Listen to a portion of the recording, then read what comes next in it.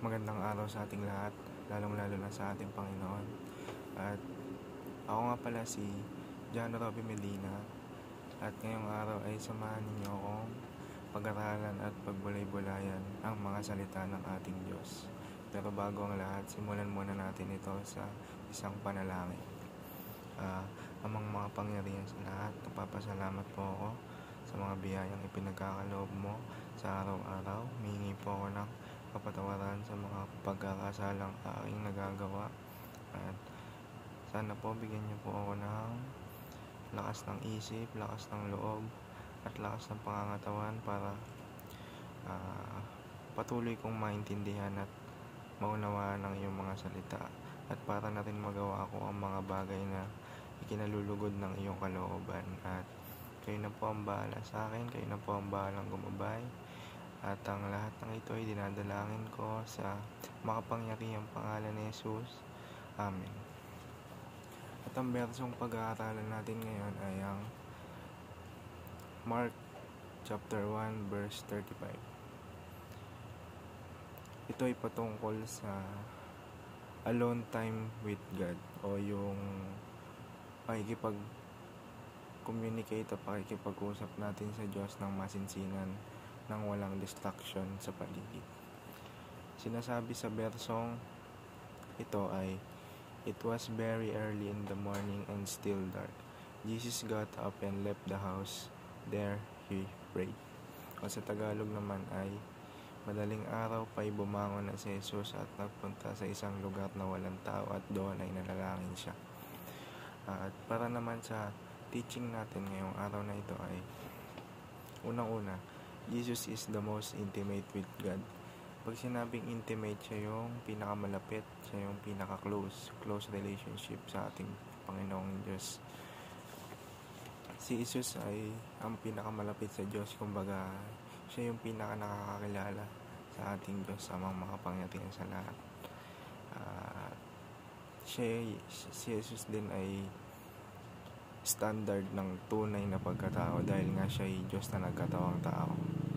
At sa sobrang intimate ng ating Panginoong Jesus sa Diyos amang makapangyarihan sa lahat, ay walang ginagawa si Jesus na hindi kagustuhan ng Ama.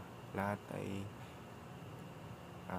kaloob o kinalulog din ng Ama ang lahat ng ginagawa ng ating Panginoong Jesus.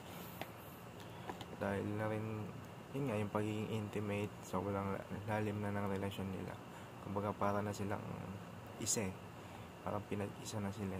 Kumbaga kung ano yung kayang gawin ng Diyos, yun din yung kayang gawin ng ating Panginoong Jesucristo.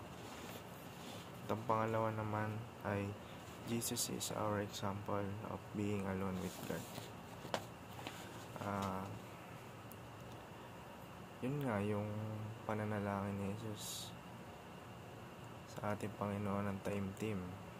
Di ba nga gumising siya ng madaling araw, umagang-umaga yon, talagang sobrang dilim pa, para lang manalangin sa ating Diyos amang makapangyarihan sa lahat. At dapat nating tularan yung ganong gawain ng ni Jesus, dahil yun yung nakakapagpalapit sa atin lalo sa ating Diyos. At hindi naman, base sa mga natutunan ko, hindi naman talaga tahimik ang Diyos. Tayong mga tao lang yung problema, dahil masyado tayong distracted to the point na hindi na natin naririnig yung kanyang tinig. Sa pangatlo naman ay, Jesus starts his day by fellowshipping with the Father.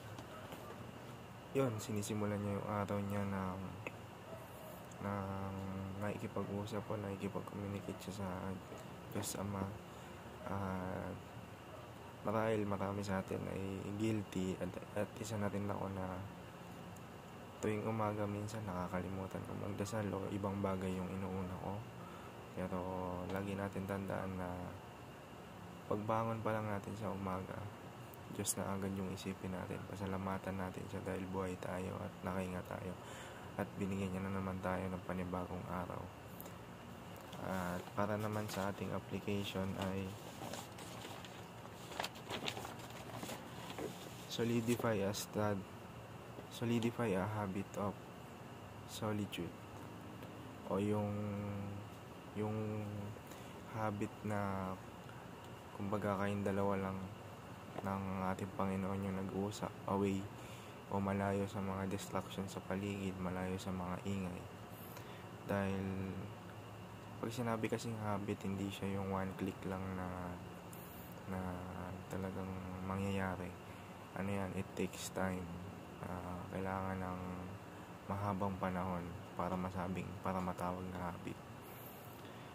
Sa pangalawa naman, set a regular meeting place to God, with God.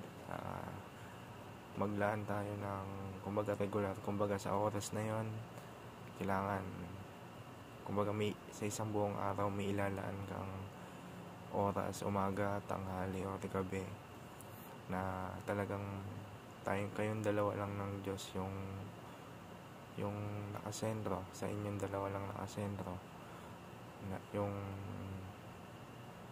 oras, at walang mga distraction at ingay sa paligid.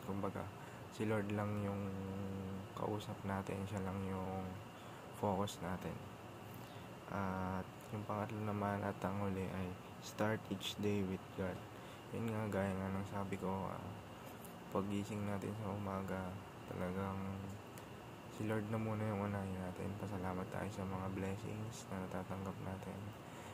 Isa na rin yun yung buhay tayo, nakagising tayo, binigyan niya na naman tayo ng panibagong araw. Kasi kapag nagsimula tayo sa Diyos, kapag sinurrender natin sa Diyos yung mga gagawin natin umaga pa lang, at pansin natin parang productive o napaka-active ng araw natin kung isusurrender muna natin lahat sa Kanya, lahat ng gagawin natin, o yung ipagpasa Diyos natin lahat yung mga gagawin natin sa buong araw. At yun lamang po. Salamat po sa pakikinig.